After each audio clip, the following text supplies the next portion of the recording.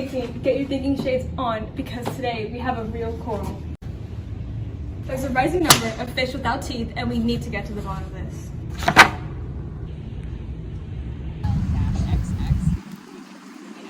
This is where it all started. Calcium is a crucial nutrient needed to create the bones and teeth of a marine organism, and it's used to create the calcium carbonate skeleton of a coral. Acid rain helps in weathering these rocks, bones, corals, and teeth. These broken down particles containing calcium ions will then be brought to the ocean via runoff. These ions will then dissolve into the reservoir.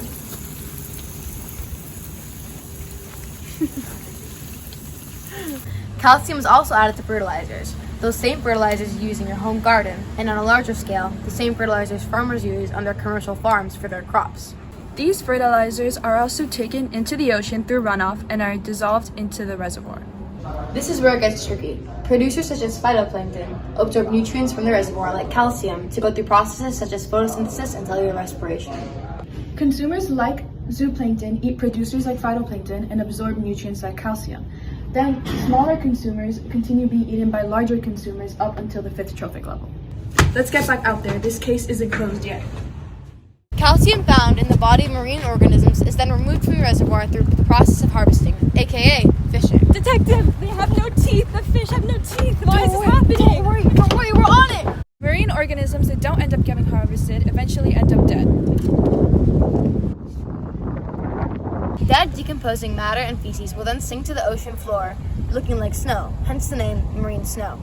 This nutrients will then become part of rocks, or through further decomposition can become part of the reservoir. Or it can remain trapped in the sediment on the bottom of the seafloor. When an upwelling occurs, cold, dense, nutrient-rich water is brought up from the seafloor to the surface.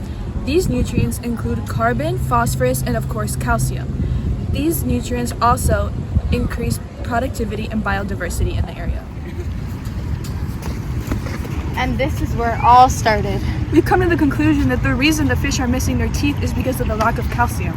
This phenomenon is caused by the recent drought in the area that has reduced the amount of nutrient-rich runoff into the reservoir. Case closed.